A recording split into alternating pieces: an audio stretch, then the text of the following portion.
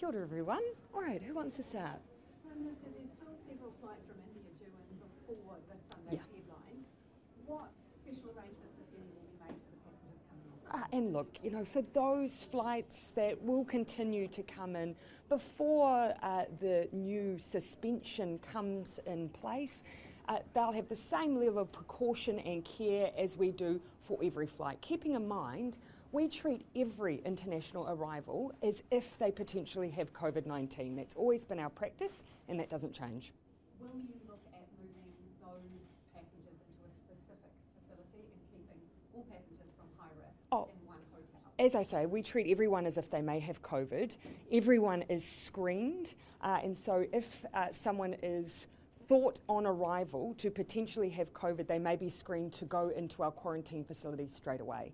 We then undertake our day zero testing that provides confirmation of whether anyone further needs to go into quarantine, but we already have mechanisms we're confident in to deal with anyone coming in from either low or high risk countries appropriately. What percentage of passengers on those flights from India are testing positive? We've had more numbers, but do you know what percentage? I would need to get an updated figure for you. What I do know is over the last 2 weeks we've had over 60 passengers who have come in from India who have tested positive for COVID-19.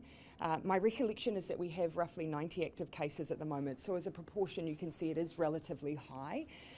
If that number of people from any country were coming in with COVID, that would give us cause to pause and look at mitigations to try and reduce that risk. So this is not country specific, it is about the cases we are seeing currently from that region. Have you legal advice about stretching that 2 weeks out? I haven't received any to date, but we're confident, of course, in what we've done now. Have you misled New Zealanders by saying that everyone's welcome home? Oh, absolutely not. Our goal and our approach through all of this has been to bring home Kiwis from abroad, and over 130,000 of them have. We have a higher number of people coming back to New Zealand than, for instance, per capita, the likes of Australia. We've worked very hard to make sure we can do that, but I want people to be safe in their journey. At the moment, I cannot guarantee travellers at the moment coming from India are safe from being infected with COVID, and I want to improve that. What reassurance can you give to those Kiwis who are stranded in India that this will lift up? This is a temporary suspension. We're very clear on that. We wanted this pause to allow us the chance to see if we can improve the risk that is being presented both to the travellers but also within our system. But it is temporary. What specific advice did the Ministry provide to Cabinet that led you to make the decision to suspend it? So we've been discussing this issue and our concerns over high-risk travellers for some time. We received some advice on Monday that did not present to us options on how to resolve the issue, discuss some of the potential things at play. We went back and asked for more work to be done. My view was in the meantime we needed to put a hold on travel. Given you have all those MIQ bookings in the system, you've seen what's happened over the last 30 days in terms of the cases testing positive. Did you have projections around how many arrivals could test positive? Did you have concerns about capacity in general? No, really, no. To the best of my knowledge, we haven't. Certainly I hadn't received those. For us, it was the fact that, we had put in place day zero testing as a way to bring down some of the numbers we were seeing coming through from high-risk countries. We did see an impact from that. We did see our daily, our rolling average fall away. We have since then, of course, seen sustained numbers coming through, particularly from India, and it gave us cause for concern as to why our day zero testing wasn't having that same, our pre-departure testing wasn't having that same impact. And so this gives us the opportunity to look at other options to try and enhance our program and reduce risk. Prime Minister, is the Ministry of Foreign Affairs undermining you by exporting weapons to countries that you've been consistently raising human rights concerns? Yeah, I want a little more information, if I may. This issue's just been raised. I'd be happy to provide you with as much information as I can, but without a bit more specificity on the background of your question. Unfortunately, I can't provide that to you on the spot. Yeah, sorry. Do come back to me, though. Do come back to me. The government doesn't have an accurate picture of whether all border workers are actually being tested as per your testing order. Is that a problem? Oh, of course, we are very reassured of our testing regime across those agencies for which we have that responsibility, but the orders make it very explicit. If you are an employer, for instance, a private enterprise, and your workforce is covered by a testing order, you have responsibility to make sure they are being tested, and the orders are very explicit on that. And there is a penalty regime for employers who are not doing that. Only around 11,000 border workers actually use the government's testing register, so you're in the dark for thousands of others. Again, what I would contest here is we've always been explicit for those border workers for which we have responsibility, those who are at our airports working for the likes of customs, immigrations, MPI. We have absolute responsibility for those testing regimes. Some individuals, however, are working for private employers.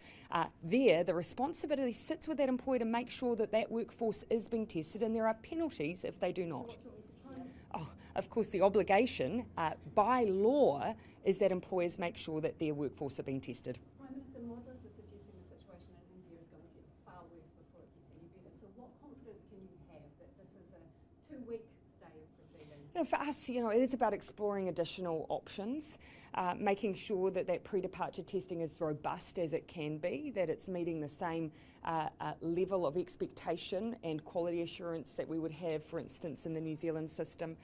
Looking if there are things that can be done around that pre-departure or on arrival to reduce risk. So we're exploring a number of options in the 2 weeks we have available. You've said that you have confidence in the legitimacy of the test results, that they're not So fraudulent. that is the advice Health have provided to date. Right. So when you say you're exploring the testing regime, what is the problem? So just to give an example, one of the questions we have is that our PCR testing in New Zealand, we run a test, and I'll have someone who's got more expertise in explaining this. We will run a test a number of times in order for us to pick up if someone is either right at the end of infection or very early on in infection. What we're not clear on is whether or not every country that's providing pre-departure testing is running their PCR tests in precisely the same way that gives us that early indication of some early onset of infection. Do you have someone on the ground who's doing quality control for you? So one of the things that we're exploring is just the issue of quality assurance around testing regimes. So might you appoint some New Zealand officials or contract someone? I don't want to get too far ahead of ourselves on the final outcome, but one of the things we are exploring is the quality assurance around testing. Do you need isolation facilities that you have some kind of command over at that end? Yeah, and look, that has been put to me as a potential option. It is fair to say we're exploring a range of possibilities, but given our experience here in New Zealand around how difficult infection control in facilities are, particularly when you have a large outbreak in the community, not just within facility, I don't think we underestimate the challenge that would exist with that. If I may, I better just canvass around. year-old MIQ worker who was tested positive and wasn't vaccinated. He didn't show up to 2 vaccination appointments. Is he an anti-vaxxer? Look, as far as I understand, you will have already heard from officials from the Ministry of Health that was not the issue at play. So yes, there were 2 appointments, but there were some issues with the attendance of the individual in question. But certainly we're told that this does not seem to be an issue of vaccine hesitancy. For me, I think it's more important that I leave the health, those on the ground who are working directly with the individuals involved to explain those issues rather than me interpret them. Australia's vaccine rollout is going to slow right down. Any concerns there with our double arrangements? No. The Trans-Tasman arrangements were not contingent and are not contingent on a vaccine program. And that's because for both countries, we've been running essentially elimination strategies where we stamp out COVID whenever or wherever it may emerge. So it's never been contingent on vaccine. One from New Zealand doctor. Yeah, I'll just conclude if I can. Thank you. So just a simple one for you. When will the government be announcing the health reform decisions of the Cabinet? In due course. Look, by the end of the month. I've given that statement and it will still be by the end of the month. Yeah. Great. Thank you, everyone. Oh, okay. No, I'll be leaving that to Dr. Bloomfield and Minister Hipkins. That's not something I've been advised of at this point. However, I have early indications where that we're not always able to genome sequence depending on the test result that we're working with. So, but I'll leave that with them. And last one. Well, essentially, we are still in the process of having AstraZeneca go through our own independent approval process. So AstraZeneca as yet has not been approved for use in New Zealand.